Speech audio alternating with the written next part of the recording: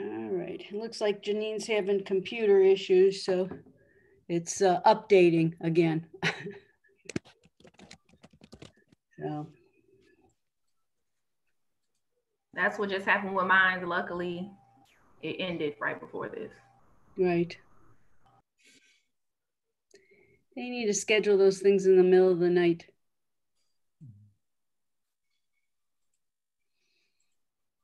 All right, I'll be nice because we're on live on YouTube now.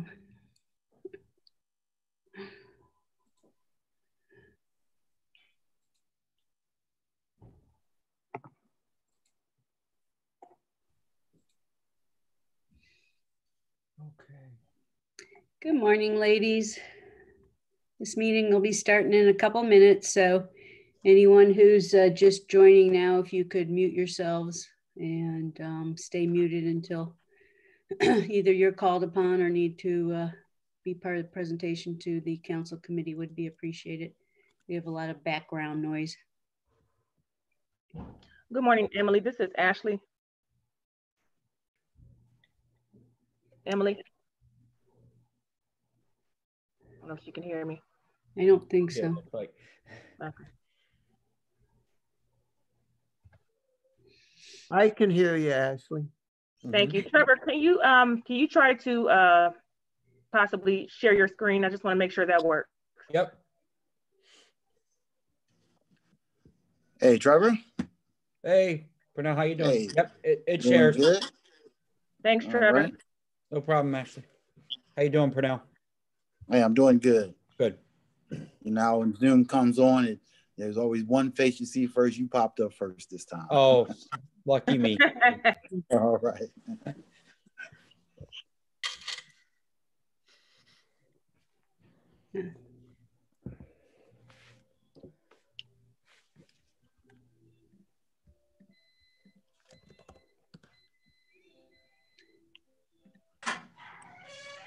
So Pernell, we're live on YouTube. It is 10 o'clock. So depending on whenever you want to start, just let Ashley know. All right. Is everyone here? We are missing Simon and Brady, but we do have a okay. And we have a quorum now. We do have quorum. Excellent. Well, we'll begin. All right. The Cuyahoga County Community Development Committee meeting is now called to order. Janine, would you please call the roll? Or Ashley, please call the roll. Okay. Calling the roll, Mr. Jones. Here. Stevens. Present. Ms. Simon. Ms. Simon is absent at the moment. Mr. Gallagher. Here. Mr. Brady. Here. We have a quorum. Also like the record to reflect that Councilman Miller is also in attendance. Excellent. Excellent. Ashley, has anyone signed in for public comment? No, Mr. Chair, no one submitted any public comment. Can I have a motion to approve our minutes from the June 29, 2020 meeting? So moved. Second. Moved and seconded. All in favor, say aye. Aye. Aye. Excellent. Our minutes are approved. All right. Well, we have no matters that have been referred to committee, but today we have a presentation on Lead Safe Cleveland from the Lead Safe Cleveland Coalition. First, is there anyone here today that can bring our presentation to us? Hi, good morning. Emily Longard with the Lead Safe Cleveland Coalition. Sorry, my sound wasn't working a moment before, but I'm all ready to go now, and I'm happy to share my screen. Excellent, Emily. We all have those computer glitches, so everything is all right. So feel free to proceed. I'm hoping everyone can see this. Fantastic. Well, with that, I think I'm going to turn things over to Marcia Egbert. Yes, thank you so much, Emily. And good morning. Thank you, Mr. Chairman and members of the committee. I'm Marcia Egbert. I'm Program Director at the George Gund Foundation and also steering committee member of the Lead Safe Cleveland Coalition. And we want to start off, of course, by thanking you and your team for allowing us to talk with you today. We are very grateful to be able to share the work of the Lead Safe Cleveland Coalition, but it really feels like, most importantly, we're grateful to come in front of you today as a rapidly growing public-private partnership that's tackling a very vexing community crisis that's gone on for far too long and destroying the future of just far too many of our youngest children. So let me pause for a moment, though, and ask my colleagues who will be joining me in this presentation to introduce themselves. I will start with Mark. Hi, Mr. Chairman, members of the committee, and other guests. I'm Mark McDermott. I'm the Vice President and the leader of the Ohio Office for Enterprise Community Partners. Thank you. Kim? Hello, everyone. I'm Kim Foreman. I'm the Director of Environmental Health Watch and the Administrator for the Lead Safe Home Fund Resource Center. Thank you. And Kevin? Good morning, everyone. Kevin Nowak, Executive Director of CHN Housing Partners. And CHN, through its affiliate, CHN Housing Capital, is the administrator of the loans and grants portion of Lead Safe Home Fund. Good to see you all this morning. Great, thank you so much. So just to really briefly give you an overview of what we're going to share with you this morning. The first is we'll spend just a few minutes giving you some brief background on the impact of lead poisoning on a child's brain. Second, we're going to talk about the history of the Lead Safe Coalition approach, why we came to that approach, and our progress to date. And then, of course, we want to have a discussion with you on the Lead Safe Home Fund and what it means for our community to have these new resources and new types of resources available to prevent lead poisoning before it ever happens in the first place. So with that, we'll move on to the next slide. So this is a sobering slide. Lead poisoning affects a child's developing body and robs them of potential. And I think one of the many shocking things about this is that even very small amounts, so picture, if you would, a sugar packet of lead dust that can lead a child's body to have permanent learning and behavioral problems, often that don't manifest in physical illness ways. And so it can be sort of a gradually occurring kind of harm. And we commissioned a report, again, what we think of as a pretty sobering report from the team at the Center on Urban Poverty and Community Development, so led by Dr. Claudia Colton and Rob Fisher. They took a look at the long-term cumulative impacts of elevated blood levels. And what you see there on the screen are the information and data points that they shared, looking out over 10,000 children over a 20-year cycle of information and data. And it just stops you right in your tracks when you see the lower chance of being on track for kindergarten. You may recall a couple years ago, there was a very powerful study done by your Office of Early Childhood, the Invest in Children, also by the team at CASE, that showed even with high quality pre-K, which the county has been such an incredible champion of, those children that were lead poisoned were the one group for which highest quality pre-K couldn't close the gap before entering that kindergarten door. And you'll see here that it also has very long-term effects well into adolescence and adulthood, all of which have really powerful negative potential consequences for both the individuals, of course, but their families and our community.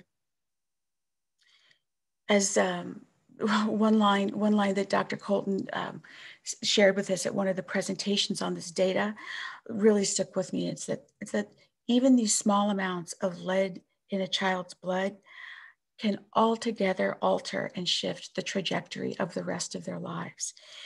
So that's why we are looking at working to stop the incidence of poisoning before it ever gets to that point.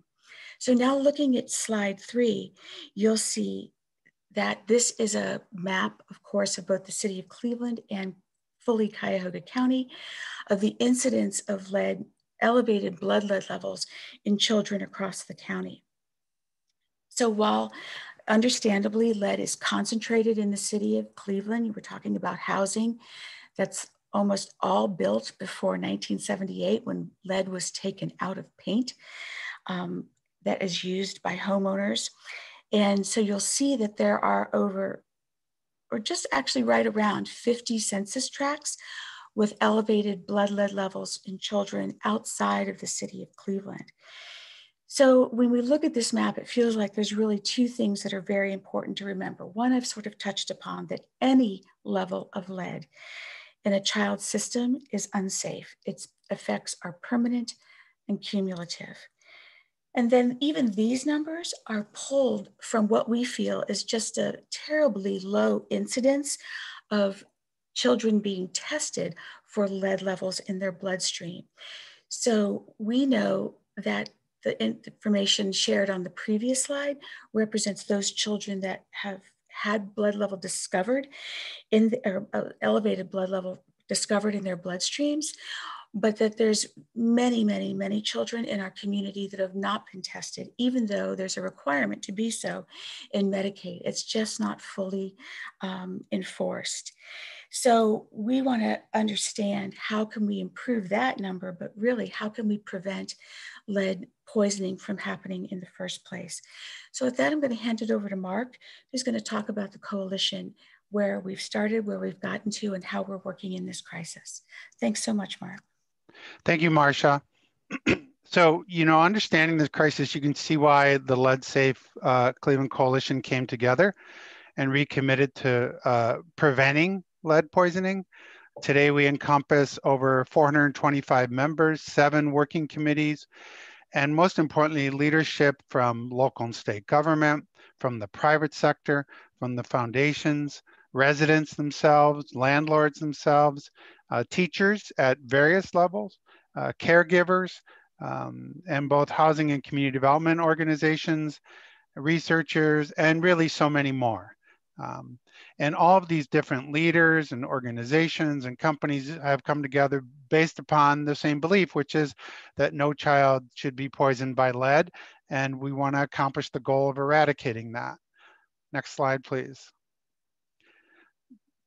So here's the reality of this, and here's the solution: is that we're talking about a public health crisis that impacts so many aspects of children's lives and trajectories, as Marcia said, but it has a housing solution. And this is the truth, it's the fact. It occurs, as Marcia said, when harmful amounts of lead dust are ingested or inhaled, right? And homes built before 1978, when the lead paint was outlawed in home paint, are at risk for containing hazardous leaded dust and paint. In Cuyahoga County, 80% of our homes were built before 1978. So for example, when windows and doors are open, go up and down, friction surfaces create this kind of dust, which settles on surfaces or it floats in the air. Little kids, before they've started to walk even, are crawling around, getting on their hands, putting their hands in their mouths like little kids do. And they ingest or inhale this. So it's really unsafe and poorly maintained older homes that are poisoning our children, often without us knowing it. And that's why a housing organization like Enterprise is so invested in this effort, and other housing organizations really see that they can be a key part of the solution. And that's why the core belief of the coalition is that we can create lead-safe homes. We can effectively protect our children. Let me make a note before going on to the next slide, which is that we're talking about lead-safe, not abated or lead-free homes. There is research to show, reality to show, testing to show that if we control lead hazards at a lower cost, that can have the same impact in terms of children's health as really getting rid of paint overall. It's much more cost effective, and you can do it on a rolling basis. It works. So for example, using lead safe solutions like this, cities like Rochester successfully reduced childhood lead poisoning rates by 85% over a 10-year period. I'll say that again. Over 10 years, the number of children being poisoned went down 85% through this work along with related work. Next slide, please.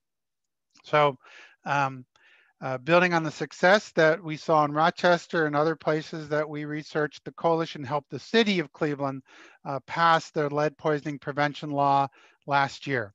And the cornerstone of that law is that a requirement that all pre-1978 rental units will be proactively certified as lead safe. So it mandates fundamental changes in regard to the expectation of landlords in these older units in the city of Cleveland. But we also realize that the mandate, the law, is only half the equation. That improving our housing stock requires also that landlords and property owners get support, get partnership, get resources, get dollars. And that's why, next slide, please. That's why we established and are fundraising for and are structuring this Lead Safe Home Fund. And the fund's got a couple aspects to it, but it's really there to provide the carrot, if you will, to simplify things, and the carrot and stick approach here. This fund is the first of its kind locally. It may be the first of its kind in the country, honestly, but it's a public-private partnership for qualifying property owners and families to enable complying with the lead safe certificate law and having those homes be lead safe. So it encompasses two interrelated functions. One, and we'll hear from Kim Foreman from Environmental Health Watch, is a lead safe resource center for the community. And secondly, and we'll hear from Kevin Nowak with CHN Housing Partners, CHN Housing Capital, a lead safe home loans and grants, that is financial resources for landlords. Last year we did a national competition really, and we found 2 local organizations to operate these 2 functions. In doing so, we in fact have raised almost $20 million, but I'm gonna hand this back to Marcia to talk a bit about the fundraising side before we have Kim Foreman and Kevin Nowak talk. Thank you so much. Thanks, Mark. And just to interject here before giving you some of the numbers, is that there are reams and reams of data behind everything that we're sharing with you today. And by that, I mean local data in terms of Cleveland and Cuyahoga County specific on both the extent of the problem, the cost of intervention, the total that we think will be needed in the fund over a 5-year period. So just to say that we are happy to share behind any of the statements that we're sharing with you today, the data and science that helped us get to this point. So we're happy to work with the council team in sharing with you whatever you'd like to see beyond what we've said today. So as Mark said, we are deep into the development effort to raise funds to capitalize and animate the Lead Safe Home Fund, meaning both the Resource Center and the loans and grants component of the fund. So as you'll note there on the slide, we've raised about $20 million in the first 9 months. Excuse me, and let me break that down for you a little bit because it'll help you see that this really is a public-private partnership. So first of all, we have an anchor grant from or investment, I should say, really, from the city of Cleveland. So $5 million from the city of Cleveland, in addition to investments that Mayor Jackson made in beefing up the city departments that really take the lead in this work. So building and housing, community development. So there were investments made in those departments. And then over and above that, the city has committed and shared an additional $5 million to the fund itself. The Mandel Foundation, we're thrilled to say, also an anchor funder at the $5 million level. And we're really thrilled to be working in close partnership with the Mandel Foundation going forward. I'm happy to report that the Gunn Foundation, our trustees, were also very supportive and approved a recommendation of $5 million that sort of split between both the Resource Center and the home loans and grants. A number of our grants or investments are structured that way. The state of Ohio, these were our first dollars in the door. So the state put up $2 million in the current biennial budget, which, as I'm sure you know, expires next June 30th. So we are back talking with our state leadership partners in both the governor's office and the Ohio House and Senate to help ensure that we can renew that $2 million investment that has come to us through the Ohio Department of Health. And then we have a whole host of additional partners. The Mount Sinai Healthcare Foundation has really led our private philanthropy group with an investment of $1 million. United Way with $250,000, with the opportunity for perhaps more down the road, and others. But I'd love to be able to share with you a little bit even more detail today, because we're actually, so this 20 million is what's in the bank, cash on the barrelhead. We are actually closer to 30 million in terms of commitments from a leader in the healthcare arena, from one of our really statewide solid community development financial institutions, which we'll talk a little bit more about. We just aren't saying the names out loud yet because we're still finalizing some of the documents, but it's really thrilling to be able to report that we really are at that $30 million level.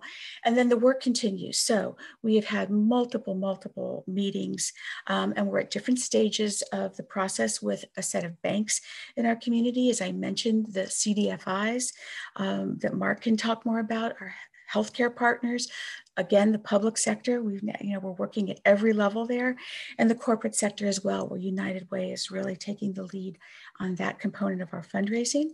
So all of this is to make sure that our administrators are in extremely solid shape to be able to not only launch, but really leap into the fund and resource center's work. And so with that, let me hand it over to Kim Foreman, who will share with us information about the resource center. Thank you.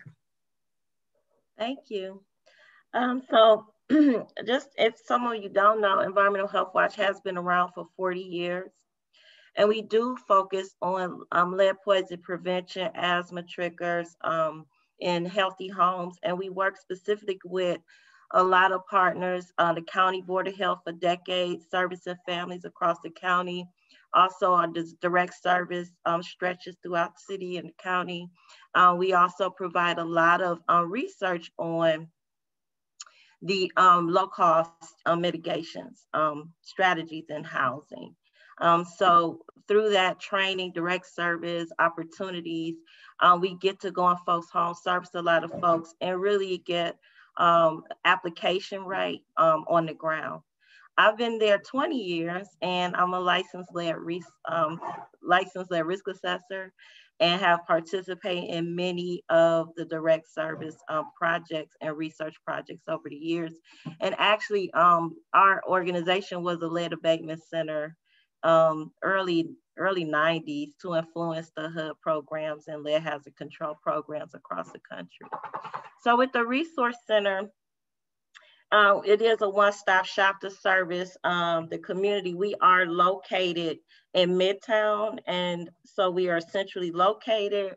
Environmental Health Watch moved its offices into the same building so that we could set up this resource center properly. I really invite anyone to come down, schedule an appointment. We have plenty of space for social distancing. And so we create a space that folks to come in. We could service folks, they can walk in. We have the appropriate staff, and we're building this resource center to be a one-stop shop and lead with a customer friendly approach to the work. And so we have certificate navigation for landlords. We learned a lot from Rochester. So we actually do have someone specific to help with landlords navigate the system, provide resources, and handhold if necessary. We established a lead safe hotline. We have working with C-Call, some of you may know. Robin Brown is helping to manage that hotline with 3 staff folks set up to answer the hotline and also direct folks and help with navigation.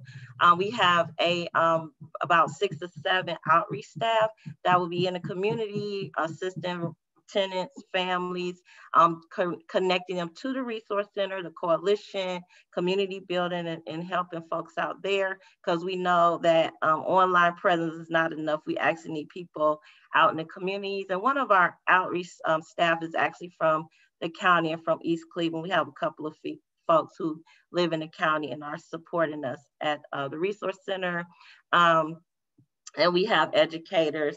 But the priority right now for us is to really think about workforce and have a cadre of folks who are ready to work. We are vetting a third party workforce, right? So that we have capacity on the ground. And so what we started to do was provide landlords that do DIY work, that do their own work with certifications. We also are creating a public list of vetted individuals, folks who might not have any experience to come into our system and our pipeline as a clearance tech, right? Or those who do have experience or want to build their business, we're providing supportive services for them as well. And we want to connect with the workforce, manage the workforce, continue to work with those that we vet, and also create a space for landlords, homeowners, not only to get the resources they need, but to get access to a qualified workforce. And we plan and hope to train 100 individuals through December. So we have a robust calendar. We started our 2-part training process so that we could get folks to work and we can monitor the workforce so folks are working, and then landlords and homeowners get access to folks who can actually come in and do the mitigations and support the law. So that's where we're at right now. And we have a calendar through December that we've put out, and we're monitoring folks daily to get this up and running. And so we are prepared, ready to go, and want to really service the community. And we also provide education sessions in-house, right? So even working with the County Board of Health, we service families with lead education. So they'll be also coming into the center or working with our staff to get educated about lead. So the center will be fully operational and open to the public, as well as county residents who want to come in and learn.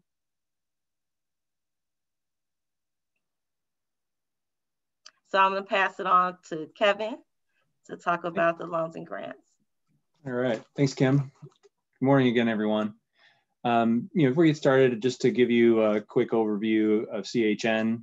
As you know, CHN is an organization that's based in Cleveland, and we focus on the power of a permanent address. So really want to make sure that we're trying to maximize housing stability and homeownership opportunity for all within our footprint. Most pertinently to this work, as you know, we are an alternative mortgage lender. We have focused on developing CHN housing capital, which the county has supported, and we appreciate development of that, really to try to fill gaps that for capital for housing within our community. And CHN also is a large weatherization provider. We provide 7,000 jobs in weatherization a year. And both those are pertinent to here because as we're thinking about the development of this platform, we're going to be filling holes within the ecosystem that are present. Throughout this entire process, CHN has focused on both policy and on implementation. We've been part of the policy committee, we've been part of the resource development committee, and really wanted to help to influence bringing practical solutions to the table here. This is an opportunity for us to contribute to the community's lead poisoning prevention efforts, but also to establish new home repair products that can help to begin to change the expectations in Cleveland's housing stock. In developing this platform, we've worked very closely with Kim. We started with a customer-oriented approach to ensure that we have consistency and service integration between the Resource Center and CHN's loans and grants platform.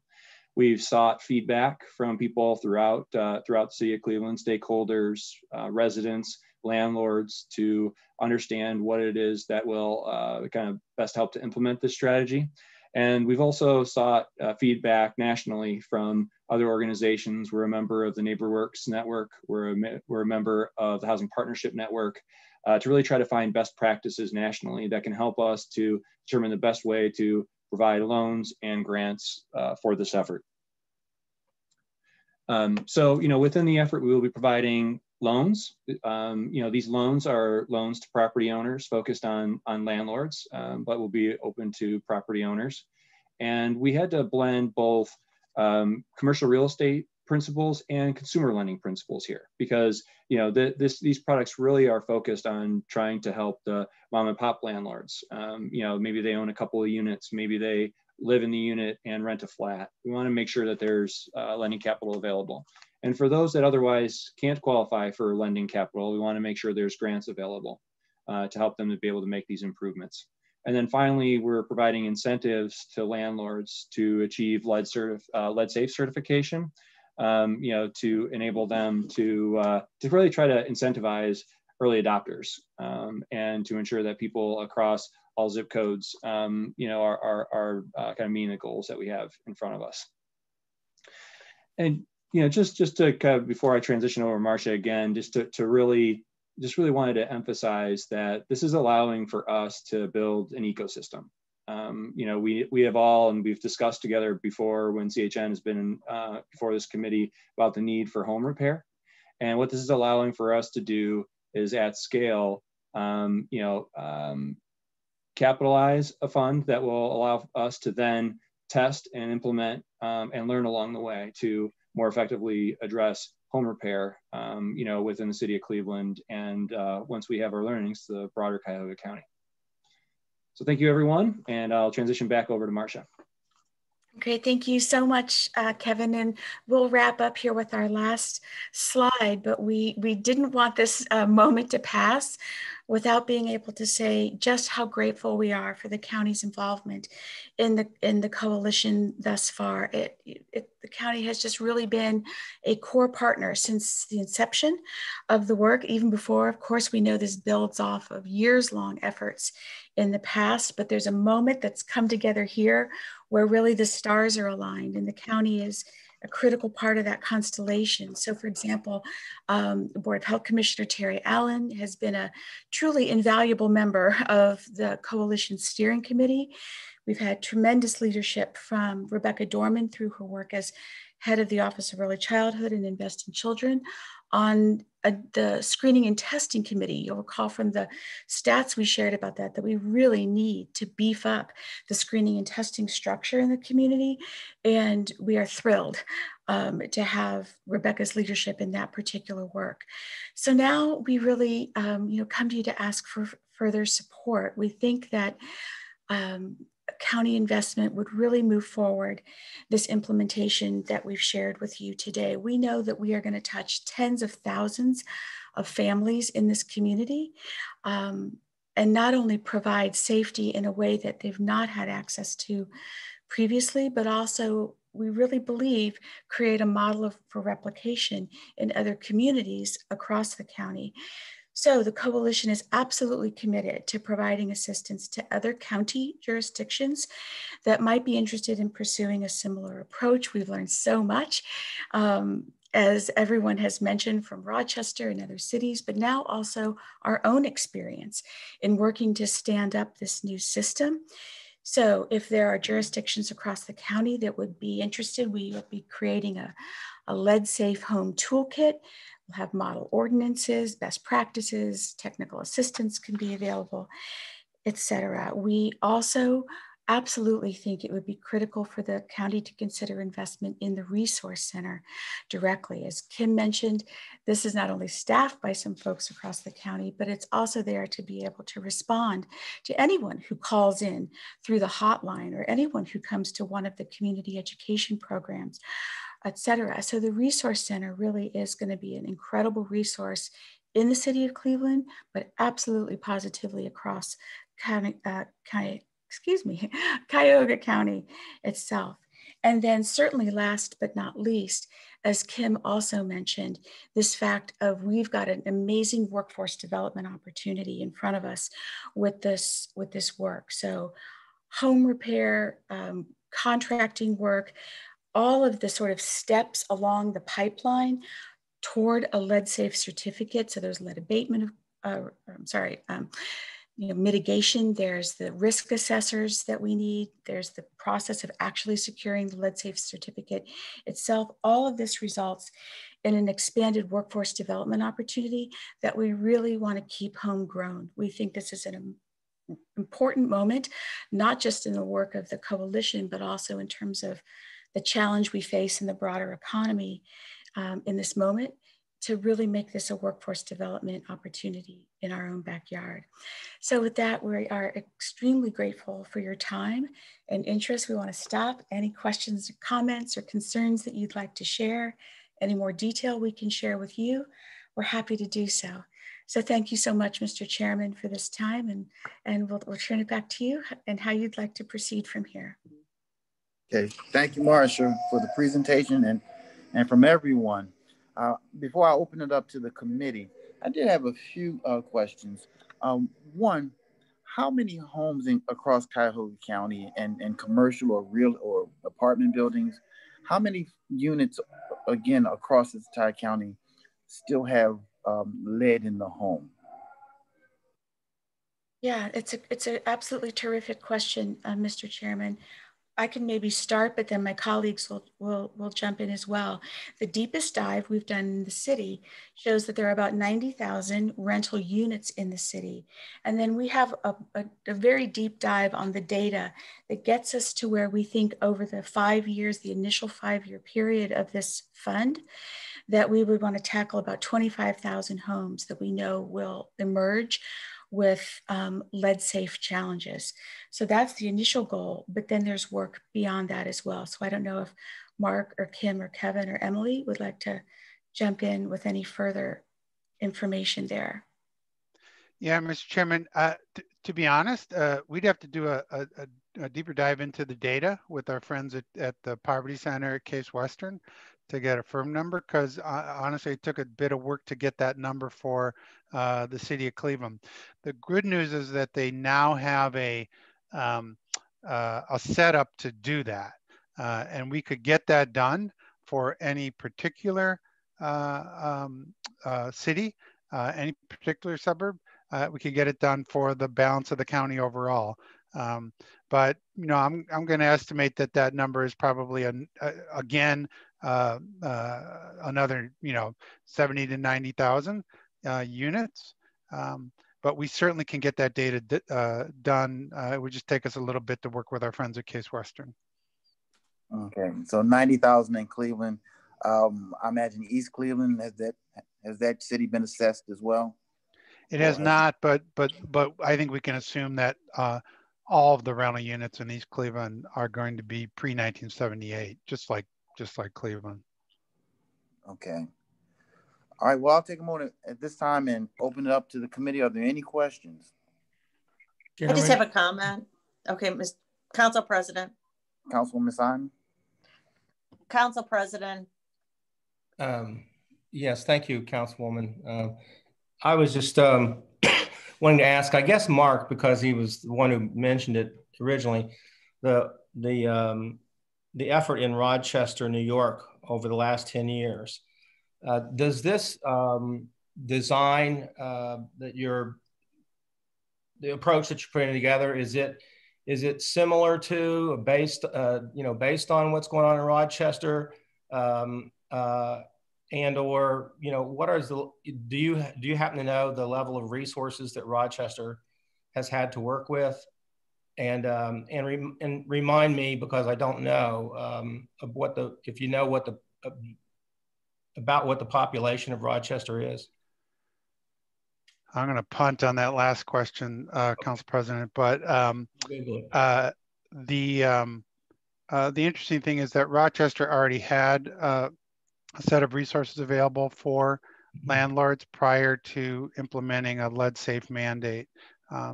What is very similar to what we've partnered with our friends at the City of Cleveland in doing is establishing that mandate that landlords needed to meet the lead safe requirement. So that's what we've taken from the City of Rochester. This fund that we're helping to create that you heard about today is actually more extensive than what's been done in the City of Rochester. But they did have resources available. It was the difference with the city of Rochester. Also, one other point I'll make is that they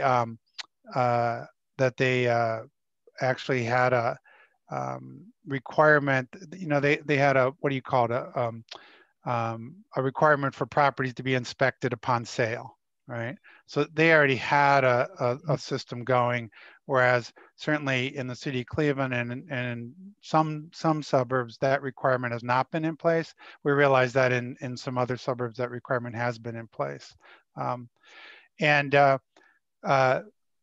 Council President, I actually received a text from one of my other friends here from Enterprise. Says that Rochester's about 2/3 the size of Cleveland, so it's about 210,000 folks there.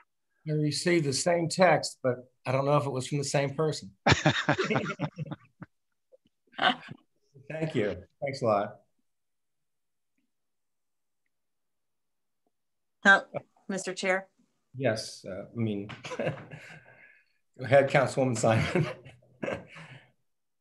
Thank you. Thanks everybody for being here. This is more a comment and a future look at funding. I did a deep dive myself in this when I was introducing the original plastic bag ordinance, had a fee attached to it. And the money was gonna be used to ameliorate and address lead in the city and the county, which made total sense to me. But you know, that got sidelined, but it was a flow of money. And when I got into the research, I just saw how devastating lead is for kids and sharing education and universal pre-K. I realized we need to go back even at the beginning with this lead, because we can pour all our money into UPK, but if you have kids coming into the system that have already been impacted by lead, it really was counterproductive. And I appreciate this discussion really coming out again in a more enhanced way, I would suppose. And so looking down the road, I don't know what's going to happen to plastic bags, but at some point, you know, that was such a good fit because it cleaned everything up with our lake. It cleaned up the poison from plastic, but it also addressed this major problem that I'm glad we're addressing, and we'll be happy to stay informed and visit the center. Thanks. Mr. Chairman. Any other questions? Yes. Councilman Miller. Yes. I want to express my strong support for the program. I think this is one of the most important environmental and health problems that we have in the county, and it's also one that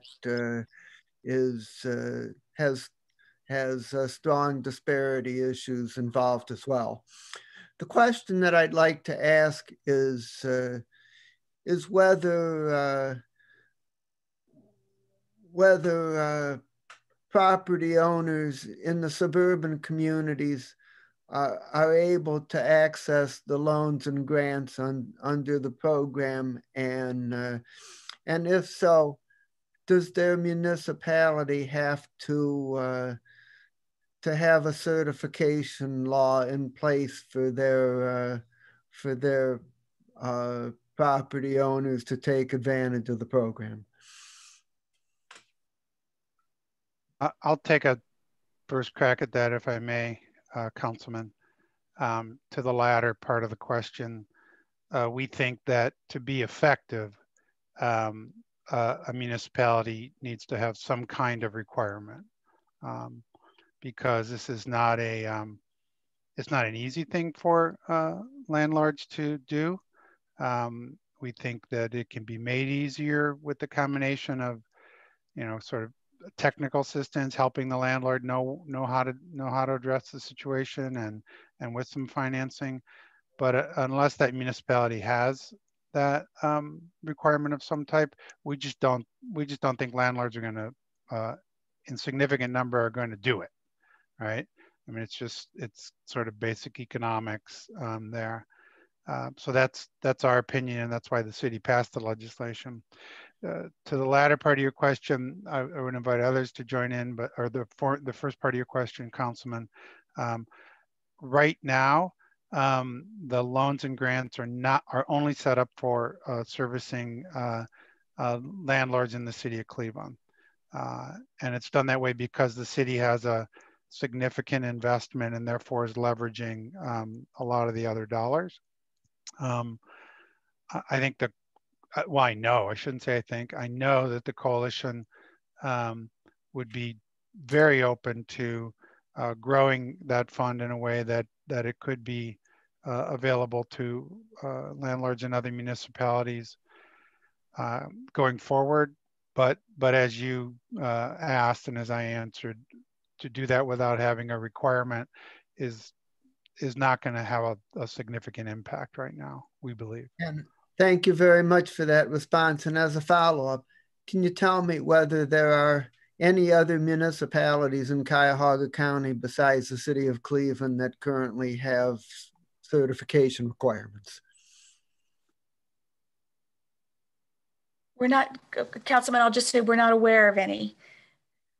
But it's part of the reason that we want to create a toolkit while we want to have technical assistance available to encourage that. Well, I know my colleagues, in case I'm unaware of one that maybe does exist, but I don't think so. We haven't come across one, I'll say that. Well, I know that in my district in Lakewood, there's a lot of older homes and there is a lot of awareness about the lead problem among the leadership in that community.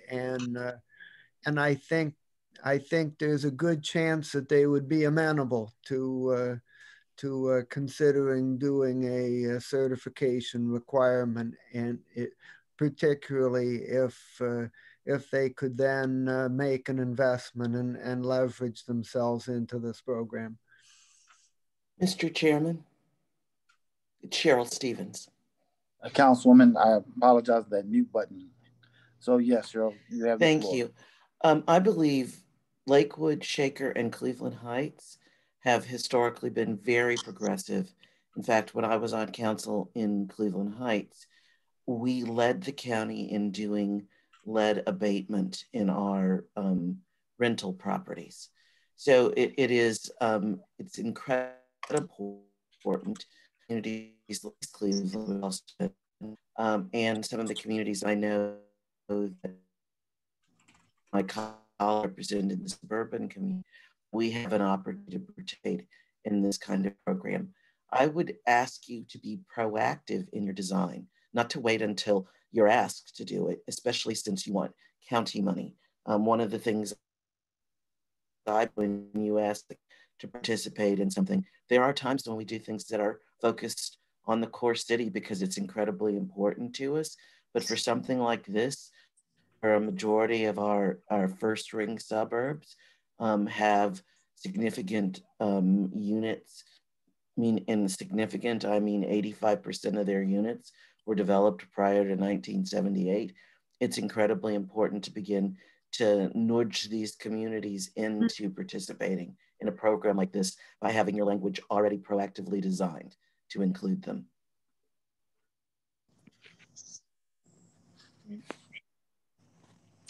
Is there any response to the comment? Well, I'll just say, first of all, thank you, Councilwoman, for those comments. I think you would get no argument from any of us in the coalition. I think we all feel an intense responsibility to establish the basic framework and operations and models well, so that we are in a position to be able to share further. And that's what a tremendous amount of work has gone into to make this launch as robust and mechanically manageable as possible. And maybe we're in a walk before we run kind of moment, but as we establish through the work of the folks on this call, but also the leadership of the city departments, as I mentioned, county support as well, we're getting this down, and we will then be able to look at how we can move it more broadly.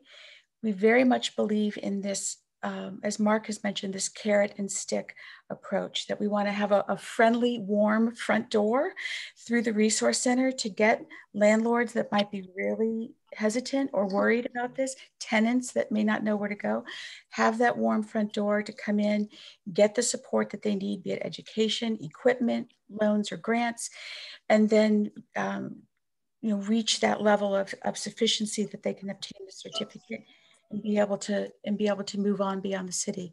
So I know you know that the city bears the disproportionate burden, but by no means the exclusive burden, as you've highlighted. And we feel really confident that we're building a very solid, lasting structure that can be adapted and deployed beyond the city of Cleveland into other communities. We would love to work with any and all of your communities on helping make that happen. I am a big supporter of this type of programming. It is just that I represent a district that is both urban and suburban. And so it's incredibly important that all of my constituents be able, as far as possible, if their municipal jurisdiction is not inclined to participate, then I can understand why they can't have access, have limited access. I want to make sure part of the initial thinking as we move toward funding. Thank you. Marcia, just for clarity, the $20 million that you have in the additional $10 million in commitment, is that earmarked strictly for Cleveland only? Mark, do you want to talk about that, or I can too? I'll just say, I'll jump in. It is at this point. It is, Councilman. Yes. Okay. It's all tied, Mr. Chairman. It's all tied to. Excuse me. Do you have to go back to them? We just need to continue raising money. All of the parties who've contributed so far have tied it to Cleveland's contribution. Is that what you're telling me? Or Cleveland's commitment? Yeah, it's all tied. Right. It's all tied to the implementation of the law. Any other questions from the committee? Mr. Chairman. Yes, Council President. Thank you, Mr. Chairman. I just want to compliment all of you that are working on this for this really significant effort that you're making. It was helpful to me to hear this this morning.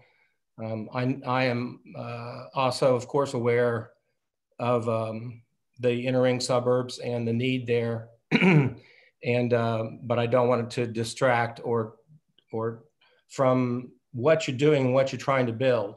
I know that some of you have enough experience lobbying and lobbying government that if you had the resources, you would probably have, certainly the ability to go out and convince some of these suburban communities to participate, and that is a work in progress, I understand.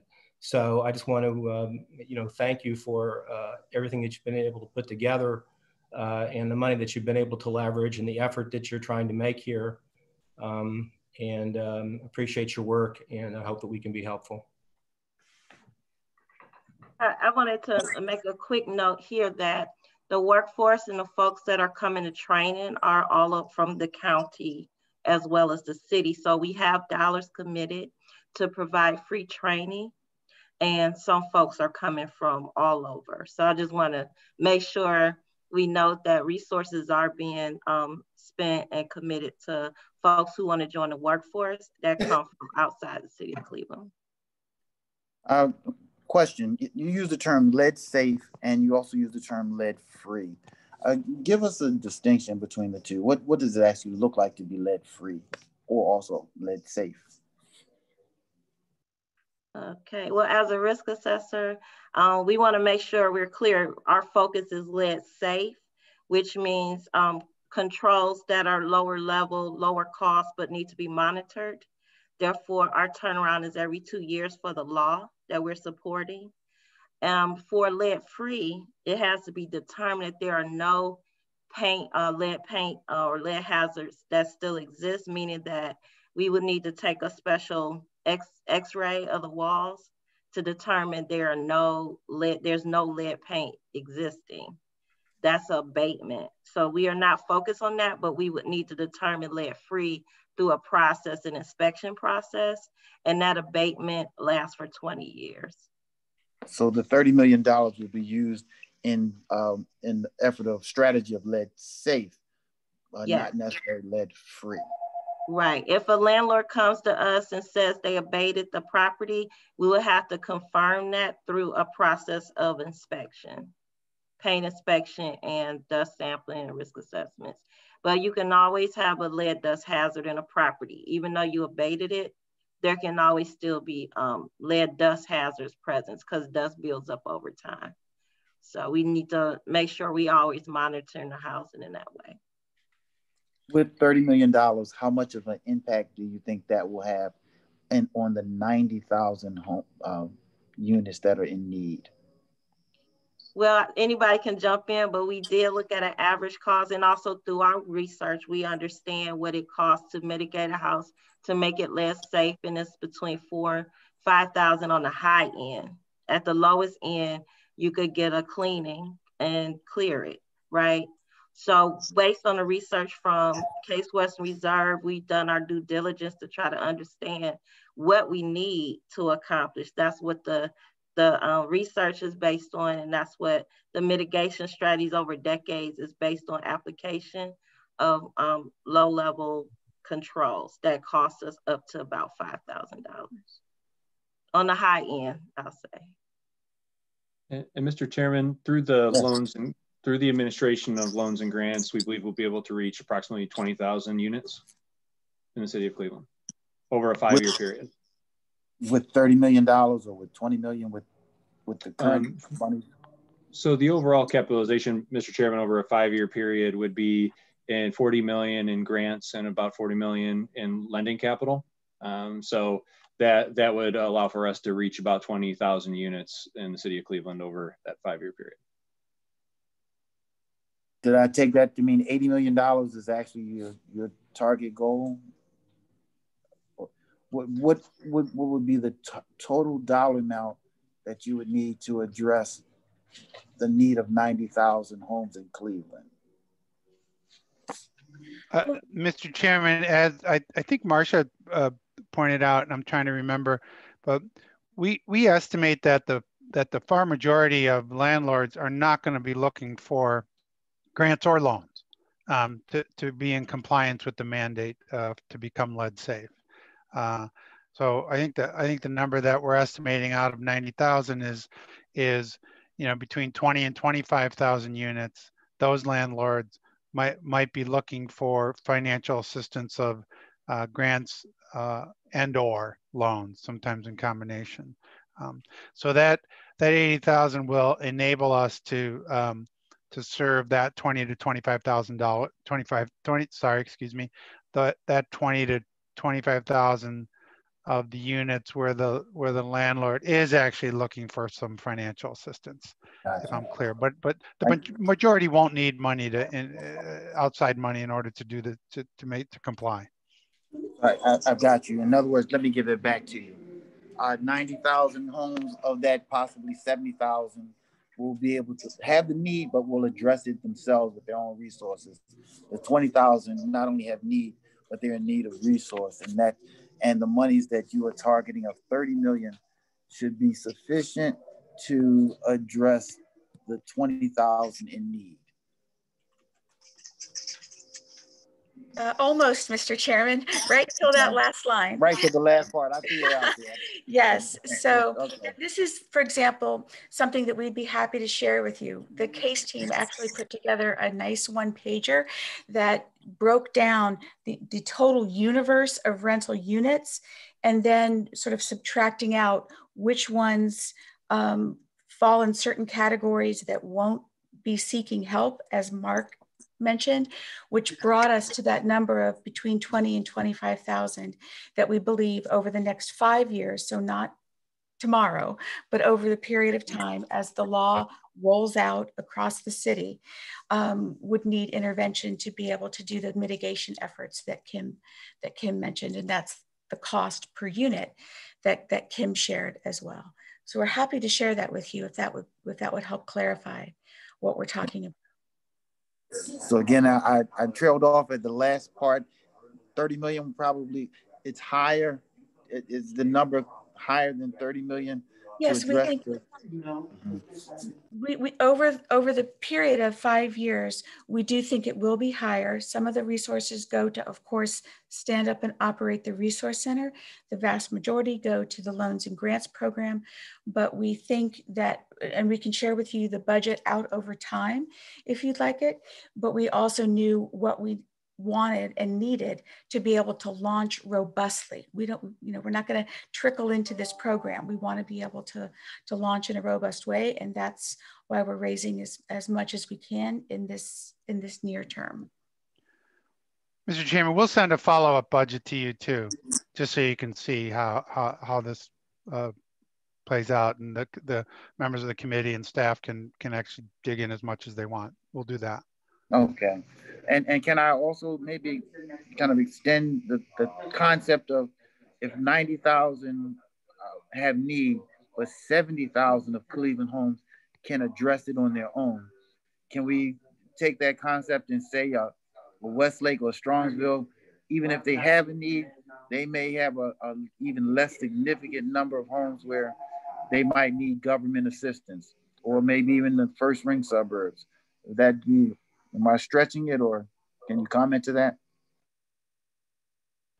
I would say you're probably not stretching it, but I would say that what we could do, it would take us a little time, but what we could do is have our friends at Case Western at the Poverty Center use the same research methodology that Marcia's referenced to look at, a particular suburb and make an estimate in that regard.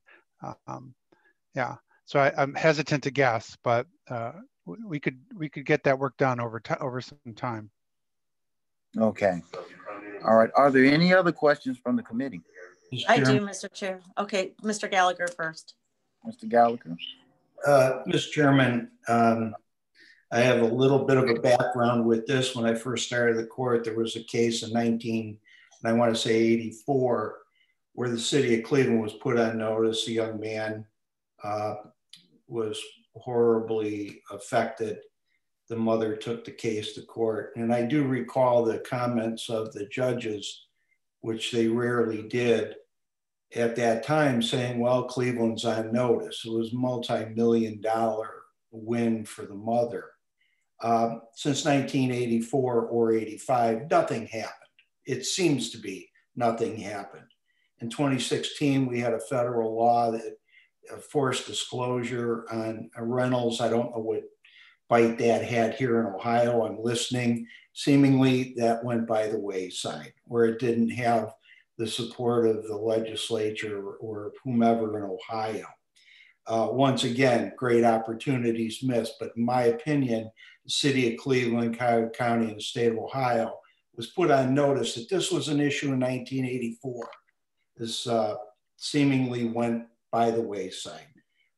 In 2009, there was a lawsuit that the Attorney General did away with before they went to court. That would have taken care of this. The state of California pursued it, got over $400 million for abatement, and here we sit. And that was, at the time, the media was reporting that it was just a corporate bailout. And that was probably close to $100 million that we could have had, but the state of Ohio, the Attorney General and the legislature decided to see things the corporate way. My question is what's the input from the state of Ohio right now? And why isn't the state of Ohio paying for all of this, considering the past performance of our leaders, not only in the city, the county, and the state, where this could have been taken care of. And here we now are patching together public-private dollars to take care of what should have been a problem that the government allowed to happen. And the actual quote from the Attorney General at the time was, they thought it was better that a public-private solution would be better. One of the more disgusting and despicable things that I've ever heard, considering the results of the 1984 case. What is the input from the state of Ohio? I'll start, and then my colleagues can join, of course, as well. So, Mr. Chairman, Councilman Gallagher, thank you for making those statements. We certainly can't argue with any of that history. We are now in a moment where we believe that some stars have aligned to have leadership align in a way that gives us a chance to really tackle this at scale with a method that is more cost effective than we've had available to us in the past, and are very encouraged by the willingness to partner in this current administration in Columbus. So through Governor DeWine and his office, we've seen a number of things, a whole scale change in the level of engagement and partnership through the Ohio Department of Health, so the lead agency through which we have to work and navigate. Just a night and day difference in the way that department is embracing lead safe practice, policy, programming, and to a degree, funding. So the governor had a package that made it into, with a lot of advocacy help along the way, into the current biennial budget that does a number of incredibly important things, which this coalition and our partners at the Ohio Lead-Free Kids Coalition advocated, including identifying resources within the Ohio Medicaid program, the Children's Health Insurance Program, to really make earmarked, tailored dollars available for children that are at risk or starting to show symptoms. There, through the Department of Developmental Disability, the state included over $20 million in new funds for the early intervention. And we know in this community, Cuyahoga County government has done an incredible job of leading nationally on early intervention services for the youngest children. The state is picking up that mantle with an eye towards lead in particular. So that was an incredible investment. Between those two investments, it was around $30 million. Then they also, as I mentioned, provided direct support to us to help launch this fund. So that $2 million was the first dollars into our fund locally, and we absolutely want to hang on to those. The governor convened a lead advisory committee that a number of us from the coalition are a part of.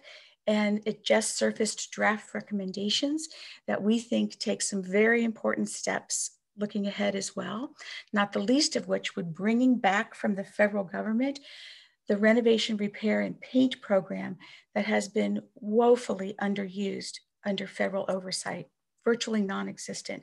We want that back in our backyard in Ohio, and the governor has announced his support for that through the draft recommendations, which we hope to be able to enact in policy in the near future. So I know I'm going on at a bit of length here, but it's to share our excitement that there is finally some attention being paid in a concentrated way in Columbus, in a way that makes us believe we can have a deeper partnership than we've ever had before. So let me ask my colleagues to add in anything additional to that as well, or if Councilman, you have any follow-up concern. It's simple. So the input from the state of Ohio is $2 million. Well, 2 million plus it's not all through one line item. I mean, would it be clear and fantastic if there was tens of millions in one line item? Absolutely. What I'm mentioning is that they're going multiple routes to provide support back to the level. So the Medicaid program through the CHIP program, the developmental and early intervention dollars through that department. So they're finding multiple paths to get resources down to the local level, which are greatly appreciated and we've really taken advantage of, but we have to hang on to. It's going to be a tough state budget. We know it's a tough county budget. but we want to hang on to the progress that's been made and strengthen that partnership. So it's not everything we want, but it's altogether different than what we've had in the past. So in essence, I think that's a poor response by the state of Ohio, quite honestly. I understand getting their ear and actually moving forward, but this is a 1984 guaranteed problem that hasn't been addressed until 2020. Two other things. In the 2009 Let the Corporate Boys Leave, Sherwin-Williams was one of the players. What's the dollar input from Sherwin-Williams? Mr. Chairman, Councilman Gallagher, we can give you a status report. This is not a final report there. So we've been working and talking with, meeting with the senior leadership, so the C-suite level of leadership at Sherwin-Williams through the leadership of United Way. There's a long-standing close relationship there, and there's such a core part of the coalition that they've really taken the lead with that dialogue with Sherwin-Williams. I can tell you that we are very encouraged where we are at this point, but I can't tell you there's a final deal there.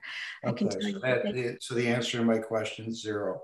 So far, it was stated that, pardon? So far, but it's not done. It's not that they've said no. You know, the truth hurts sometimes, but I'm just telling you where we are. And maybe this discussion will perk their ears up. Finally, it was stated that Cleveland has a significant investment. What's the dollar total from Cleveland on the significant investment?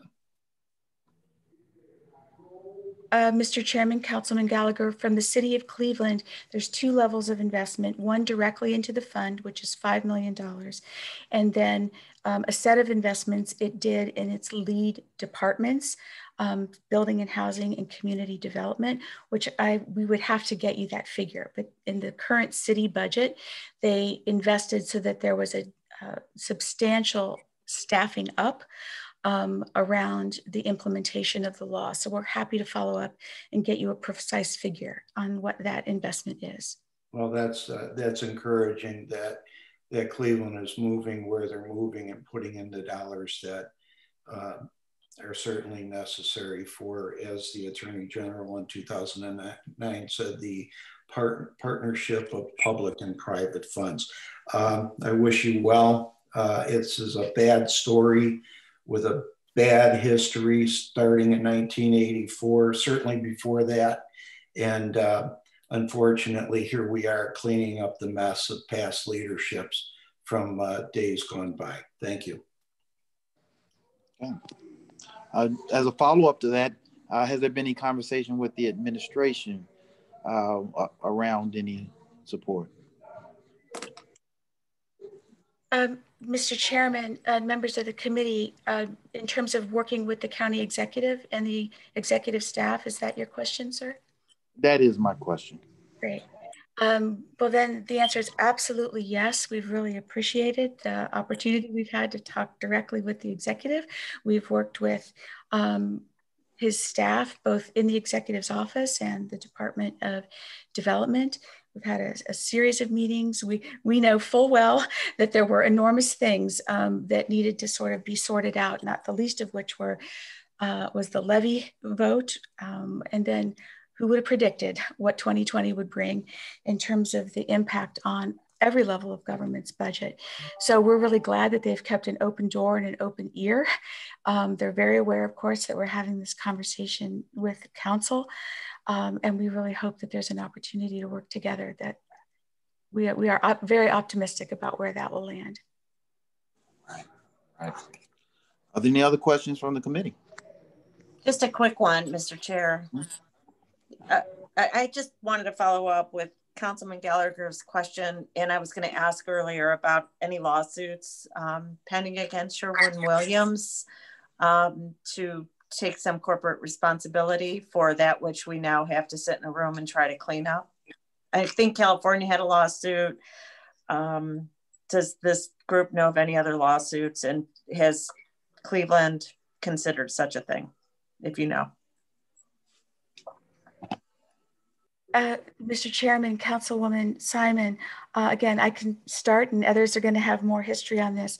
What Councilman Gallagher raised is a tremendous block in Ohio in terms of there being basically tort immunity granted on this. And that was the legislation that was enacted in Columbus. And we're not the only state that has seen that happen, but it sure is the truth here.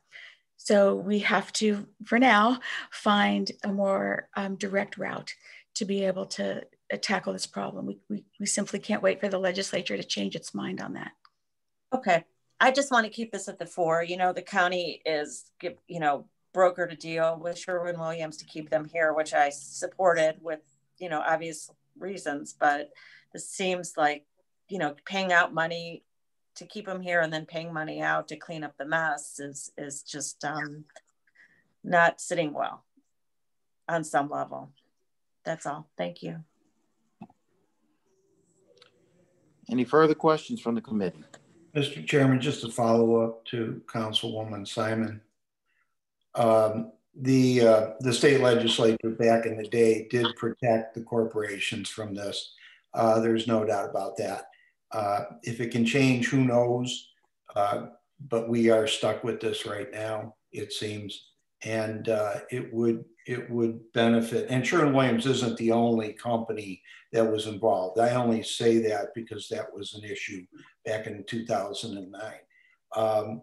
It would be a good corporate response to an emergency in our community, and I will take Ms. Egbert's word that Sherwin-Williams is at the table, and hopefully, and I'm sure we will get some sort of positive response from them, but it needs to be publicized that this was a problem created by the companies, and not just Sherwin-Williams, but the paint companies throughout the United States. So just clarification.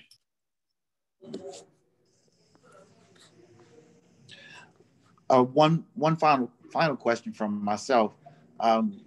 Gallagher made me think more about the state.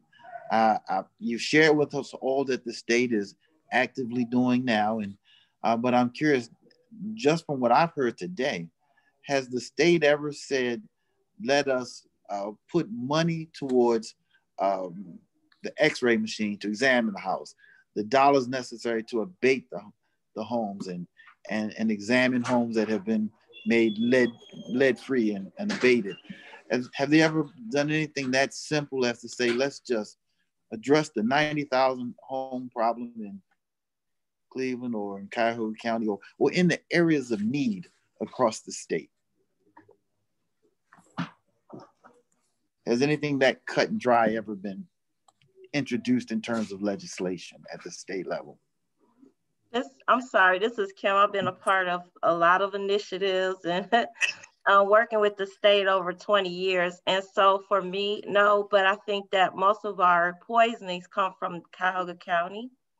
And it's very localized in regards to getting on the ground and addressing the issues. I think expect the state to come down and do inspections and things like that is not as practical as getting the talent we have here locally to then start to moving the needle, doing the proper inspections. The machine itself actually is very expensive.